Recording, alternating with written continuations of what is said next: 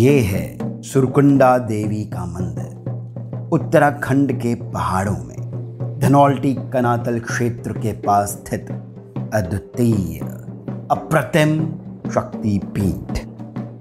पर जितनी अद्भुत इस मंदिर की कथा है उतनी ही अद्भुत यहाँ तक पहुँचने की यात्रा है। तो आइए इस यात्रा को देखें, आरंभ से आरंभ करते हैं।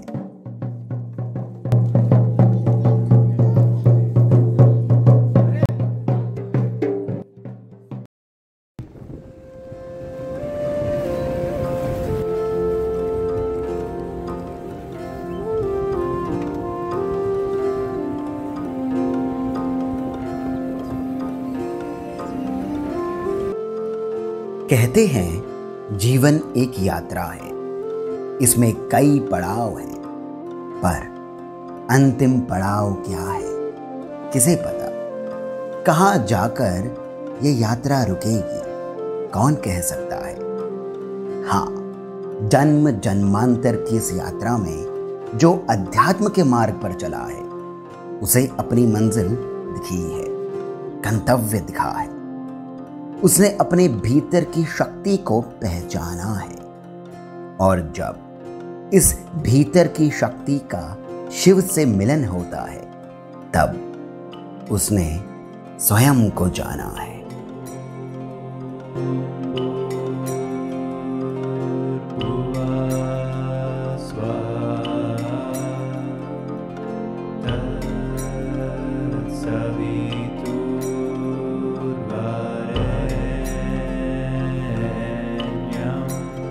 पहाड़, बादल और खाई, इनके बीच हम चल पड़े गाड़ी को पार्क करके रोपवे की ओर। बीच में एक पुराना रास्ता आता है ठेठ मंदिर तक पैदल, पर हमने रोपवे ही लिया। करीब 100 से 150 मीटर की चढ़ाई यहाँ भी है। कच्चा रास्ता है, जंगलों के बीच से होते हुए बहुत ही सीधी चढ़ाई है। ये कोई पक्का रास्ता नहीं है पर बहुत ही सुंदर है, अपने आप में अद्भुत है। जय माता दी। अभी और ऊपर जाना है, ये एक रास्ता नीचे की ओर जाता है, यहाँ नहीं जा करके यहाँ से चढ़ना है। जय सुरकंडा माई। ऊपर चढ़ करके मंदिर के दर्शन करके आपको मैं देवी सुरकंडा की एक अद्भुत कथा सुनाऊंगा जिसे आपने कदाचित सुन रखा होगा, परंतु इस मंदिर के बारे में शायद आपको कम पता हो। देखिए कितना सुंदर है, ये कितनी ऊंचाई पर है। गूगल में इसे बताया जाता है कि ये करीब 2200 फीट की ऊंचाई पर है समुद्र तल से। बहुत ही सुंदर और बहुत ही ऊपर है ये। हम बस लगभग पहुंच ही गए हैं। यहाँ से रोपवे आता है, रोपवे से ट्रॉली में बैठ करके सुरकंडा देवी के मंदिर की ओर जाएंगे। ये देखिए कितना अद्भुत है, कितना ऊंचाई पर है। ये सुरकंडा देवी के मंदिर की ओर जाता हुआ रोपवे है। ये ट्रॉली बस अभी अभी आई है, अगली बारी शायद मेरी होगी। ये आए हैं ट्रॉलियाँ रोपवे की ओर से। अब इसमें चढ़ करके मैं आपको ऊपर से नीचे का दृश्य दिखाऊंगा। ये हम रोपवे में बैठ चुके हैं, हमारी ट्रॉली चल चुकी है। जल्दी हम सुरकंडा देवी के दर्शन भी कर लेंगे। धीरे धीरे करके ये ट्रॉली चल रही है। हमारे साथ जो आए हैं वो बाकी के ट्रॉलियों में हैं। सब परिवार आने का यहाँ पर अलग ही मज़ा है। और जैसे मैंने आपको पहले ही बताया, यहाँ के जो लोकल्स हैं वो इसे कहलाना चाहेंगे स्विट्ज़रलैंड ऑफ इंडिया। क्यों है ये आपको कुछ ही सेकंड्स में देखने को मिल जाएगा। मेरी ट्रॉली चल चुकी है और चेकिंग हो गई है कि सब कुछ ठीक ठाक है कि नहीं। यहाँ से आप देख सकेंगे धीरे धीरे करके ये ट्रॉली चलती जाएगी ऊपर। आप देखिए खिड़की से दिख रहा होगा बादल हैं, बादलों के ऊपर और नीचे दोनों तरफ पहाड़ हैं, हर ओर पहाड़ी पहाड़ हैं। सुंदर दृश्य है। और चूंकि मैं ये रिकॉर्डिंग कर रहा हूँ, मेरे परिवार वाले सब हैं, वो सबके सब चुपचाप बैठे हैं, क्योंकि मैंने उनको बोल रखा है कि कुछ बोलिएगा नहीं। एक बार सभी लोग यहाँ पर अपनी हाज़िरी लगा दें। ये देखिए कितना विहंगम दृश्य आपको देखने को मिलेगा।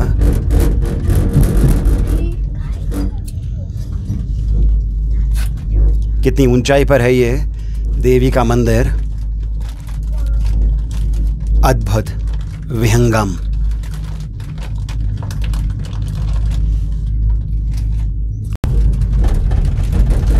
रोपवे में धक्के खाने को मिलेंगे थोड़े से, बट इस दृश्य के आगे कुछ भी नहीं है। वो सब धक्के चलेंगे देवी माँ के मंदिर में पहुंचने के लिए, देवी माँ के दर्शन के लिए।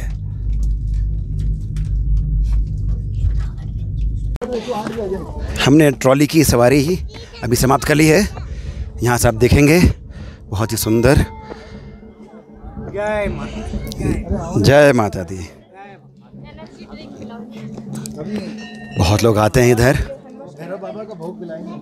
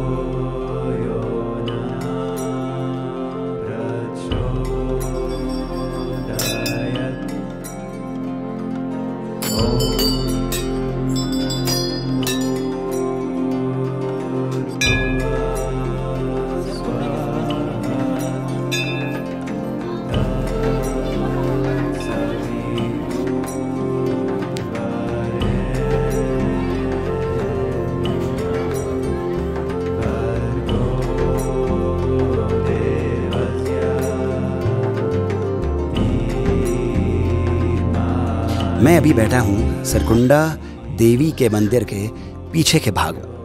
बहुत ही अद्भुत मंदिर है ये करीब 2200 फीट की ऊंचाई पर है। और इसके बारे में जो पुराणों में आता है वो ये कि जब माँ सती अपने पिता के यज्ञ में जाने के लिए लालायित हुई थी, उनके पिता ने एक यज्ञ करा था जिसमें महादेव को आमंत्रण नहीं दिया था। माता सती उनके इस यज्ञ में जाना चाहती थी। महादेव ने उन्हें जाने से रोका। उन्होंने कहा कि हमें वहाँ नहीं जाना चाहिए जहाँ पर हमें बुलाया नहीं गया हो, भले ही वो पिता का घर क्यों ना हो। परंतु इस बात पर देवी रुष्ट हो गई। महादेव ने उनकी इस बात को अनदेखा करके एक और जाने लगे। जब महादेव उत्तर की ओर गए तभी वहाँ से प्रकाश प्रकट हुआ। महादेव उस प्रकाश को देख करके अपनी दिशा को बदल करके पूरब की ओर गए। वहाँ पर एक और प्रकाश प्रकट हुआ।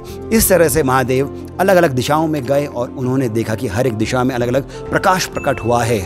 तब महादेव उस प्रकाश को भेद नहीं पाए, उसका भेद भी वे समझ नहीं पाए। तब उन्होंने देवी से प्रार्थना करी और बोला कि हे देवी, क्या लीला है। तब देवी सती ने कहा कि ये महाविद्याएं हैं। यहाँ पर माँ काली है, माँ छन्नमस्ता है, माँ षोडशी है, यहाँ पर माँ बगलामुखी है और सभी अन्य 10 महाविद्याएं हैं। यही सृष्टि का रहस्य है। इस प्रकार महादेव को उन्होंने, देवी ने अपनी लीला से महादेव को रोका और फिर देवी स्वयं अपने पिता के उस यज्ञ में पहुंच गईं। वे आमंत्रित नहीं थीं पर फिर भी पहुंच गईं। उन्होंने देखा कि वहाँ पर महादेव के लिए, उनके लिए कोई स्थान नहीं है। वे रुष्ट हुई, अपनी माता से बात करी और फिर बाद में वो उस यज्ञ में कूद गई। जब इस यज्ञ में कूद गई उनका शरीर जल गया। महादेव को इस बात का भान हो गया। उन्होंने माँ भद्रकाली और वीरभद्र को, दोनों को दक्ष प्रजापति को उस यज्ञ को भंग करने के लिए भेजा।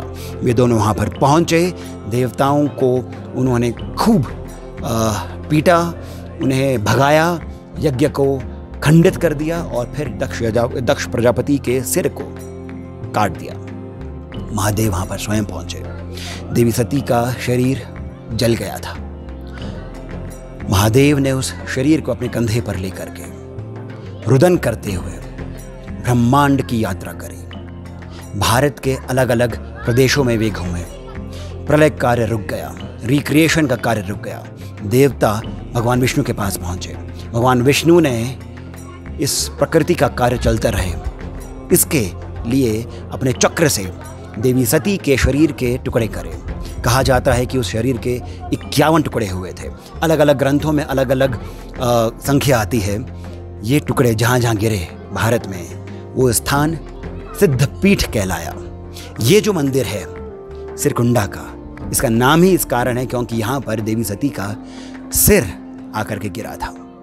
पुराणों में ये भी कहा जाता है कि जब ये सिर गिरा था तब यहाँ पर वो सिर गिरते ही अदृश्य हो गया और एक स्वयंभू शिला प्रकट हो गई। वो शिला आज भी इस मंदिर में है, जिसकी पूजा यहाँ पर सदियों से, सहस्रों वर्षों से होती आई है। यहाँ के मौसम का पता आप इस बात से लगा सकते हैं कि ये वीडियो गर्मियों में शूट हो रहा है, परंतु यहाँ पर जितने भी सैलानी आए हैं, भक्त आए हैं, उनमें से अधिकांश ने स्वेटर या शॉल ओढ़ी हुई है।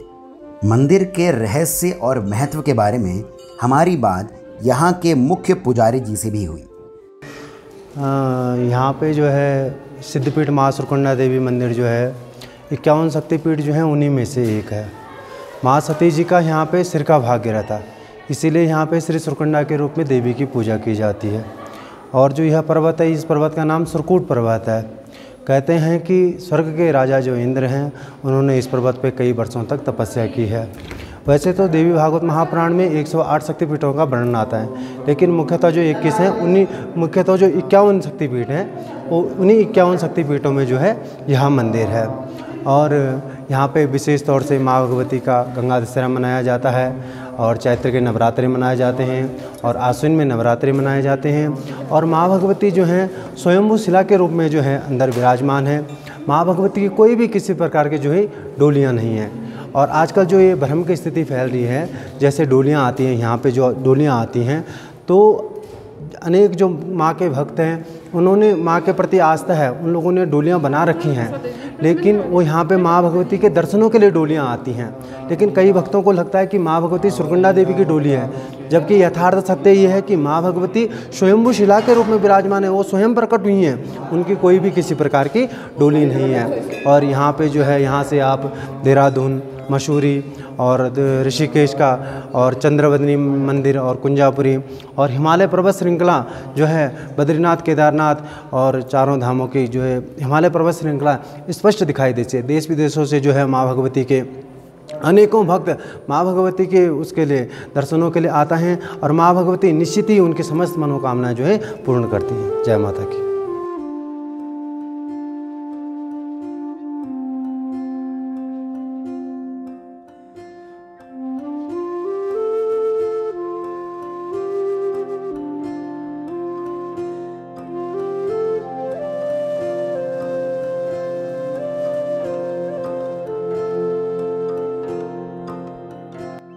इस सुंदर और दिव्य स्थान से जाने का मन तो बिल्कुल भी नहीं है, किंतु आशा यही है कि शीघ्र ही माता फिर बुलाएंगी और तब आपसे कुछ साधना की गूढ़ बातें करेंगे, क्योंकि यहाँ के मेरे अनुभव एक साधक के तौर पर कुछ अलग रहे हैं।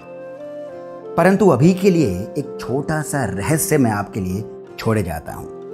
वो ये है कि इस सिद्धपीठ, इस शक्तिपीठ तक पहुंचने की जो यात्रा है, और फिर इस दिव्य मंदिर पर उपस्थित जो माता की मूर्ति है, उसके दर्शन करके आपको कुछ विशेष अनुभूति होगी, ऐसा मेरा पूर्ण विश्वास है। एक ऐसी अनुभूति जो अपने आप में दिव्य होगी।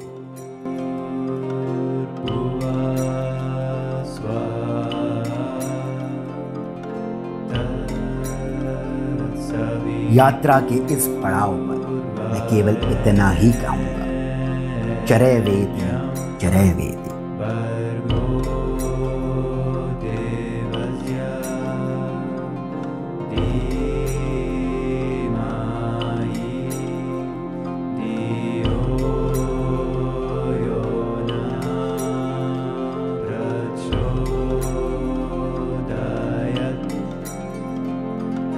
Oh